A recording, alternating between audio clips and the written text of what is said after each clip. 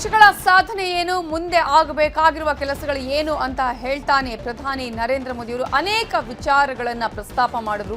ಇಲ್ಲಿ ತೆರಿಗೆ ಅನ್ಯಾಯ ವರ್ಸಸ್ ದೇಶದ ಅಭಿವೃದ್ಧಿಯ ವಿಚಾರವನ್ನ ಬಹಳ ಮುನ್ನೆಲೆಗೆ ತಂದು ಮಾತನಾಡಿದ್ರು.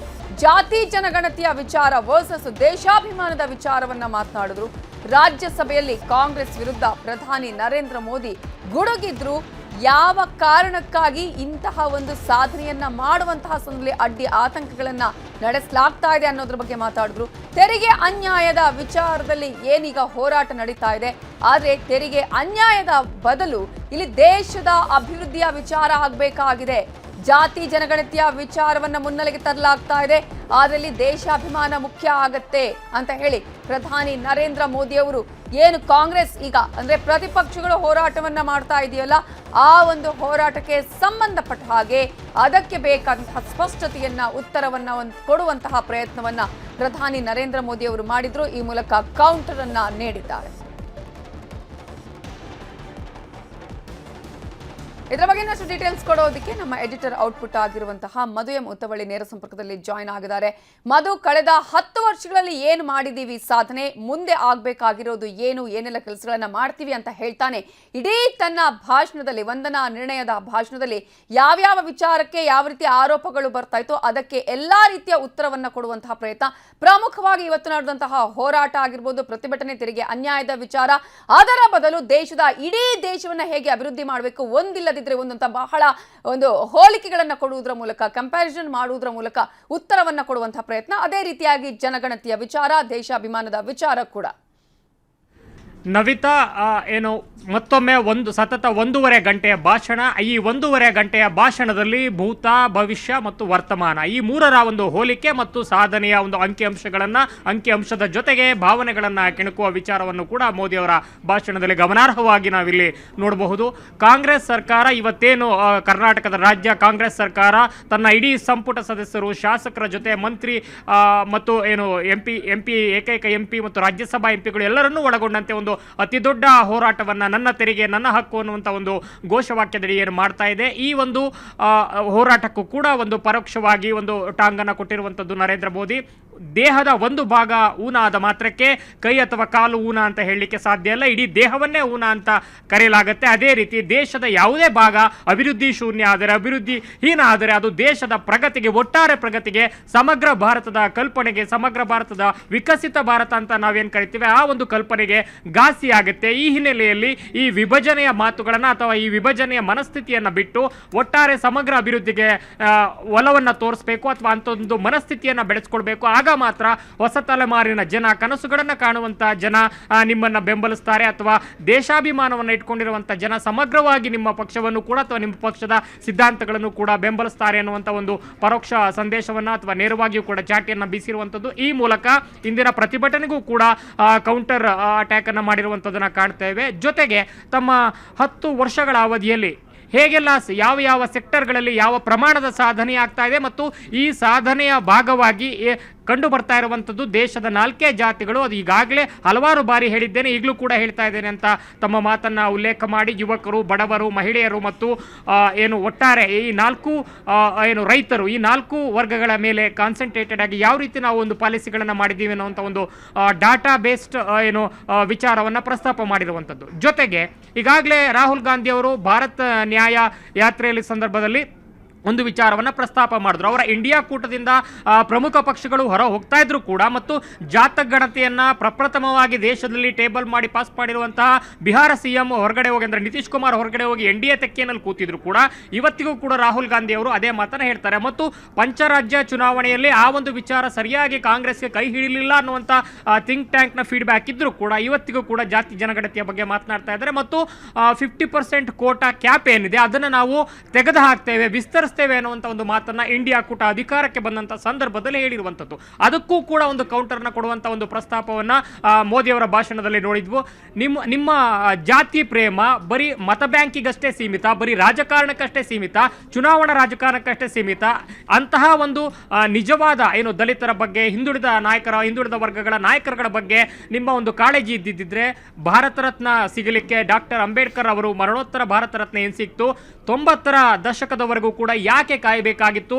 ಒಂದು ಕಡೆ ನಿಮ್ಮ ಆಡಳಿತಾವಧಿಯಲ್ಲಿ ನಿಮ್ಮ ಇಡೀ ಪರಿವಾರದ ನಾಯಕರುಗಳಿಗೆ, ಪಕ್ಷದ ನಾಯಕರುಗಳಿಗೆ ಭಾರತ ರತ್ನವನ್ನು ಕೊಡ್ತಾ ಹೋದ್ರಿ. ಅಂಬೇಡ್ಕರ್ ಅವರಿಗೆ ಭಾರತ ರತ್ನ ಸಿಕ್ಕಂತಹ ಸಂದರ್ಭ ಯಾವುದು ಅಂತಂದ್ರೆ ಭಾರತೀಯ ಜನತಾ ಪಕ್ಷದ ಸಹಭಾಗಿತ್ವದಲ್ಲಿ ಬಂದಂತಹ ಏನು ಜನತಾ ಗೌರ್ಮೆಂಟ್ ಏನಿತ್ತು ಆ ಸಮ್ಮಿಶ್ರ ಸರ್ಕಾರದಲ್ಲಿ ಸಿಕ್ಕಿರುವಂತದ್ದು ಅನ್ನೋದನ್ನ ನೆನಪಿಸುವ ಮೂಲಕ ಜಾತಿ ಜನಗಣತಿ ಮತ್ತು ಮೀಸಲಾತಿ ಕೋಟಾವನ್ನು ಕೂಡ ಕುಟುಕಿರುವಂತದ್ದು ಏನು ಆ ಪ್ರಸ್ತಾಪವನ್ನ ರಾಹುಲ್ ಗಾಂಧಿ ಅವರು ಏನ್ ಮಾಡ್ತಾರೆ ಅದಕ್ಕೂ ಕೂಡ ಪರೋಕ್ಷವಾಗಿ ಕುಟುಕಿರುವಂತದ್ದು. ಜೊತೆಗೆ ನೆಹರು ಅವರು ತಮ್ಮ ಆಡಳಿತಾವಧಿಯಲ್ಲಿ ರಾಜ್ಯದ ಮುಖ್ಯಮಂತ್ರಿಗಳಿಗೆ ಬರೆದಂತಹ ಪತ್ರದಲ್ಲಿ ನಾನು ಮೀಸಲಾತಿಯನ್ನು ಬೆಂಬಲಿಸುವುದಿಲ್ಲ, ಒಂದು ಕ್ವಾಲಿಟೇಟಿವ್ ವರ್ಕ್ ಫೋರ್ಸ್ ಬೇಕು ಅನ್ನುವಂಥ ಒಂದು ಮಾತುಗಳನ್ನು ಆಡಿದ್ರು. ಇದು ಆನ್ ರೆಕಾರ್ಡ್ ಇದೆ. ಅಂಥದ್ದೊಂದು ಸಂದೇಶವನ್ನು ಸ್ವತಃ ನೆಹರು ಕೊಟ್ಟಿದ್ರು ಅಂತ ಜ್ಞಾಪಿಸುವ ಮೂಲಕ ಅಲ್ಲೂ ಕೂಡ ಮೀಸಲಾತಿಯ ಕಾರ್ಡ್ಗೆ ಕೌಂಟರ್ ಆಗಿ ಇದನ್ನ ಮೋದಿಯವರು ಪ್ರಸ್ತಾಪ ಮಾಡಿರುವಂಥದ್ದು. ಜೊತೆಗೆ ಈ ರೀತಿ ವಿಭಜನೆಯ ಒಂದು ದಾಳವನ್ನ ಪ್ರಯೋಗ ಮಾಡುವ ಬದಲು ನಿಮ್ಮದು ಏನು ಆಂಗ್ಲರ ಮನಸ್ಥಿತಿ, ಬ್ರಿಟಿಷರು ಏನು ವಸಾಹತುಶಾಹಿ ಮನಸ್ಥಿತಿ ಏನಿತ್ತು, ಭಾರತೀಯರನ್ನ ದಾಸ್ಯದ ಸ್ಥಿತಿಯಲ್ಲಿ ಇಟ್ಟುಕೊಂಡು ದುಡಿಸ್ಕೊಳ್ಳುವಂಥ ತಮ್ಮ ಲಾಭಕ್ಕೆ ನೋಡುವಂಥ ಮನಸ್ಥಿತಿ ಏನಿತ್ತು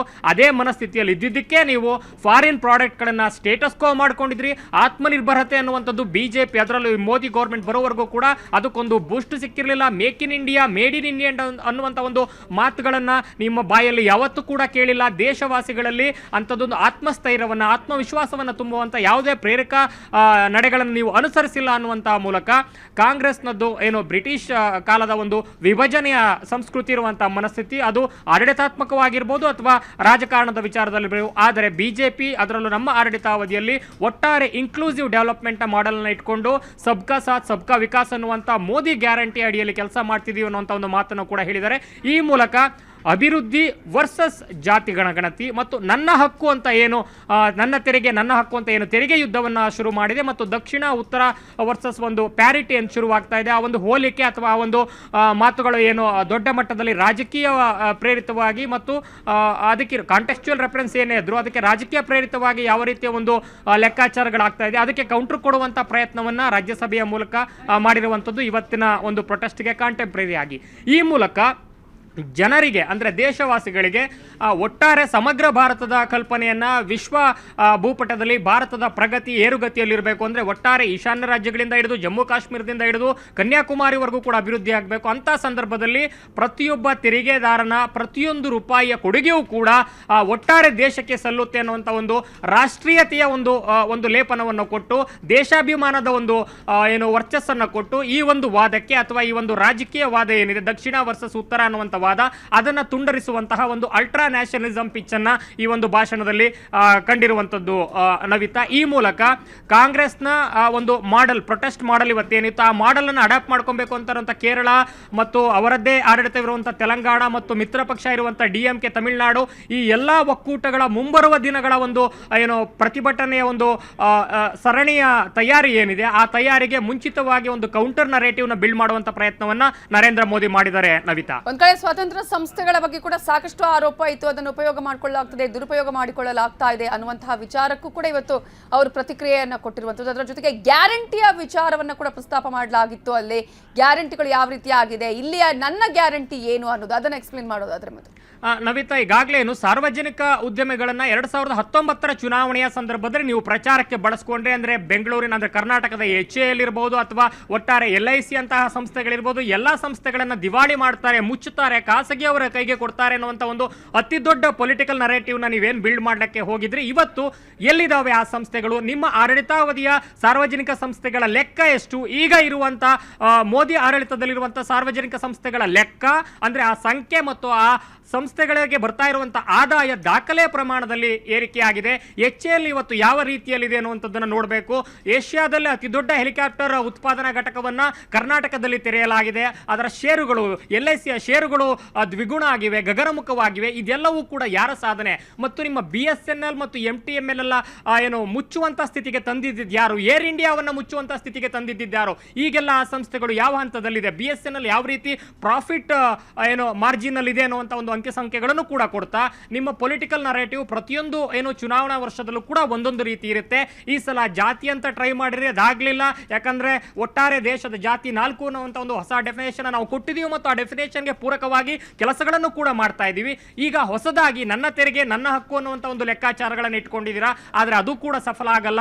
ನನ್ನ ಮುಂದಿನ ಮೂರನೇ ಅವಧಿಯ ಗ್ಯಾರಂಟಿ ಆಡಳಿತ ಏನಿದೆ, ಆ ಗ್ಯಾರಂಟಿ ಆಡಳಿತದಲ್ಲಿ ಒಟ್ಟಾರೆ ವಿಕಸಿತ ಭಾರತ ಅನ್ನುವಂಥದ್ದನ್ನ ಕನಸಿನ ಒಂದು ಆಟ ಅಷ್ಟೇ ಅಲ್ಲ, ಅದು ಕನಸಿನಲ್ಲಿ ಕಾಣುವಂತ ಒಂದು ಗೇಮ್ ಅಷ್ಟೇ ಅಲ್ಲ, ಅದನ್ನ ರಿಯಲಿಸ್ಟಿಕ್ ಆಗಿ ರಿಯಲೈಸ್ ಮಾಡ್ತೀವಿ ದೇಶವಾಸಿಗಳಿಗೆ, ಇದು ನನ್ನ ಗ್ಯಾರಂಟಿ ಅನ್ನುವಂತ ಹೇಳುವ ಮೂಲಕ ವಿಕಸಿತ ಭಾರತದ ಕಲ್ಪನೆಯನ್ನು ಕೊಟ್ಟು ಆ ಕಲ್ಪನೆಯ ಒಳಗಡೆ ಈಗ ಹೇಗೆಲ್ಲ ಸಾರ್ವಜನಿಕ ಸಂಸ್ಥೆಗಳು ಲಾಭದಾಯಕವಾಗಿ ಮುನ್ನುಗ್ತಾ ಇದೆ ಮತ್ತು ದೇಶದ ಹೊಸ ಮತದಾರರಿರ್ಬೋದು ಅಥವಾ ನವ ತಲೆಮಾರು ಇರ್ಬೋದು, ನವತರುಣರಿರ್ಬೋದು, ಯಾವ ರೀತಿ ದೇಶದ ದೇಶಾಭಿಮಾನವನ್ನ ತಮ್ಮಲ್ಲಿ ಮೈಗೂಡಿಸ್ಕೊಂಡಿದ್ದಾರೆ ಮತ್ತು ಈ ಒಂದು ದೇಶ 135 ಕೋಟಿ 137 ಕೋಟಿ ಜನರಿರುವಂತಹ ದೇಶ ಏನೆಲ್ಲ ಸಾಧನೆಗಳನ್ನು ಮಾಡಲಿಕ್ಕೆ ಸಂಕಲ್ಪವನ್ನು ಹೊಂದಿದೆ ಮತ್ತು ರೆಡಿಯಾಗಿದೆ, ತಯಾರಿದೆ ಅನ್ನುವಂಥ ಒಂದು ಪ್ರೇರಣಾದಾಯಕ ಮಾತುಗಳ ಮೂಲಕ ಕಾಂಗ್ರೆಸ್ನ ಪೊಲಿಟಿಕಲ್ ನರೇಟಿವ್ಗೆ ತಮ್ಮ ಪಕ್ಷದ ಅಥವಾ ತಮ್ಮ ಪೊಲಿಟಿಕಲ್ ನರೇಟಿವ್ನ ಕೌಂಟರ್ ಮಾಡಿದ್ದಾರೆ ನವಿತಾ.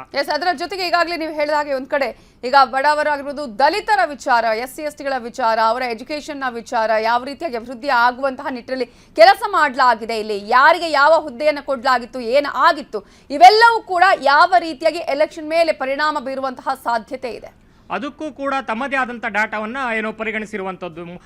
ನಾನು ಗುಜರಾತ್ನ ಮುಖ್ಯಮಂತ್ರಿ ಆಗಿದ್ದಂತಹ ಸಂದರ್ಭದಲ್ಲಿ ಅಲ್ಲಿನ ಬುಡಕಟ್ಟು ಪ್ರದೇಶಗಳಲ್ಲಿ ಒಂದೇ ಒಂದು ವಿಜ್ಞಾನದ ಕೇಂದ್ರಗಳಿಲ್ಲ, ಅಂದರೆ ಅಧ್ಯಯನ ಕೇಂದ್ರಗಳಿರಲಿಲ್ಲ, ಶಿಕ್ಷಣ ಸಂಸ್ಥೆಗಳಿರಲಿಲ್ಲ. ಇವತ್ತು ಒಟ್ಟಾರೆ ದೇಶದಲ್ಲಿ ಗುಜರಾತ್ ಅನ್ನುವಂಥದ್ದನ್ನ ಬಿಡಿ, ಯಾಕಂದ್ರೆ ನನಗೆ ಒಂದು ರಾಜ್ಯದ ಸುದೀರ್ಘ ಅವಧಿಯಲ್ಲಿ CM ಆಗಿರೋದ್ರಿಂದ ರಾಜ್ಯದ ಆಕಾಂಕ್ಷೆಗಳೇನು, ನಿರೀಕ್ಷೆಗಳೇನು, ಅಪೇಕ್ಷೆಗಳೇನು ಅಂತ ಗೊತ್ತಿದೆ. ಹೀಗಾಗಿ ಒಂದು ರಾಜ್ಯ ಒಂದು ಹೆಜ್ಜೆಯನ್ನು ಮುಂದೆ ಇಟ್ಟರೆ ಸಾಕು, ನಾನು 2 ಹೆಜ್ಜೆಯನ್ನು ಮುಂದೆ ಇಡ್ತೀನಿ ಕೇಂದ್ರದಿಂದ ಅನ್ನುವಂಥ ಮಾತನ್ನ ಹೇಳ್ಕೊಳ್ತಾ ನನ್ನ ಆಡಳಿತಾವಧಿಯಲ್ಲಿ ಕೇಂದ್ರ UPA ಸರ್ಕಾರ ಹೇಗೆಲ್ಲ ಟಾರ್ಗೆಟ್ ಮಾಡಿತ್ತು 10 ವರ್ಷಗಳಲ್ಲಿ, ಅದಾದ್ರೂ ಕೂಡ ನಾನು ದೂರ್ತಾ ಕೂರ್ಲಿಲ್ಲ.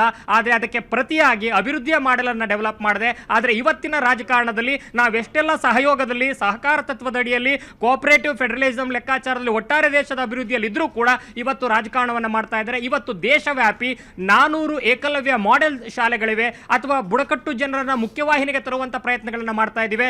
ನಕ್ಸಲ್ವಾದ ಮತ್ತು ಉಗ್ರವಾದಗಳನ್ನು ಹತ್ತಿಕ್ಕಿದ್ದೇವೆ. ಈ ನಕ್ಸಲ್ವಾದ ಹುಟ್ಟುಕೊಂಡಿದ್ದ ಯಾಕೆ? ಅಸಮಾನತೆಯ ಕಾರಣದಿಂದ ಅಥವಾ ಆ ಭಾಗದ ಜನರಲ್ಲಿರುವಂತಹ ಕೊರತೆಗಳ ಕಾರಣದಿಂದ. ಆ ಕೊರತೆಗಳನ್ನು ಫುಲ್ಫಿಲ್ ಮಾಡಿ ಅವರ ಆಸ್ಪಿರೇಷನ್ಗಳನ್ನು ದೊಡ್ಡದು ಮಾಡುವಂಥ ಪ್ರಯತ್ನಗಳಲ್ಲಿ ಮುಖ್ಯವಾಹಿನಿಗೆ ತಂದು ಅವರ ಮನಸ್ಥಿತಿಯನ್ನು ಬದಲಾಯಿಸಿ ದೇಶದ ಜೊತೆ ಜೋಡಿಸಿದ್ದೀವಿ. ಇವತ್ತು ನಮ್ಮ ಸರ್ಕಾರದ ಬಗ್ಗೆ ಆಂತರಿಕ ಭದ್ರತೆ ಅಥವಾ ಗಡಿ ಭದ್ರತೆ ಬಗ್ಗೆ ಮಾತನಾಡ್ತಾರೆ, ಆದರೆ ಗಡಿಯ ಒಂದು ಉನ್ನತೀಕರಣ, ಭದ್ರತೆಯ ವಿಚಾರದಲ್ಲಿ ಅಥವಾ ಸೈನ್ಯದ ಉನ್ನತೀಕರಣ ವಿಚಾರದಲ್ಲಿ ಈ ಹಿಂದಿನ ಸರ್ಕಾರಗಳು ಏನೆಲ್ಲ ಮಾಡಿದ್ವು, ಅದರಲ್ಲೂ ಕಾಂಗ್ರೆಸ್ ಸರ್ಕಾರ ಏನು ಮಾಡಿತ್ತು ಅನ್ನುವಂಥ ಒಂದು ಆಕ್ಷೇಪವನ್ನು ಕೂಡ ತೋರಿಸಿದ್ರು. ಜೊತೆಗೆ ನಮ್ಮ ಆಡಳಿತಾವಧಿಯಲ್ಲಿ ಬುಡಕಟ್ಟು ಮಹಿಳೆಯ ಒಬ್ಬರನ್ನ ನಾವು ರಾಷ್ಟ್ರಪತಿ ಮಾಡಿದ್ವಿ, ಅದಕ್ಕೂ ಹಿಂದೆ ದಲಿತರೊಬ್ಬರನ್ನ ರಾಷ್ಟ್ರಪತಿ ಮಾಡಿದ್ವಿ. ಇದೆಲ್ಲವೂ ಕೂಡ ಯಾರ ಕಾಲದಲ್ಲಿ ಆಗಿದ್ದು ಅಂತ ಹೇಳುವ ಮೂಲಕ SC/ST OBC ನರೇಟಿವ್ಗೂ ಕೂಡ ಕೌಂಟರ್ ಕೊಡುವಂತ ಪ್ರಯತ್ನವನ್ನ ಮಾಡಿದ್ದಾರೆ. ನವಿತಾ, ಓಕೆ, ಥ್ಯಾಂಕ್ ಯು ಮಧು ಡೀಟೇಲ್ಸ್ಗೆ. ಕನ್ನಡಿಗರ ನೆಚ್ಚಿನ ನ್ಯೂಸ್ 18 ಕನ್ನಡ ಈಗ ವಾಟ್ಸ್ಆಪ್ ನಲ್ಲೂ ಲಭ್ಯ. ಕರ್ನಾಟಕ, ದೇಶ ವಿದೇಶಗಳ 360 ಡಿಗ್ರಿ ಸುದ್ದಿಯ ವಿವರಗಳನ್ನ ನಿಮ್ಮ ಕೈ ಬೆರಳುಗಳಲ್ಲೇ ಪಡಿಲಿಕ್ಕೆ ಈ QR ಕೋಡ್ ಅನ್ನ ಸ್ಕ್ಯಾನ್ ಮಾಡಿ, ನಮ್ಮ ಚಾನಲ್ ಫಾಲೋ ಮಾಡಿ, ನೋಟಿಫಿಕೇಶನ್ ಆನ್ ಮಾಡಿ.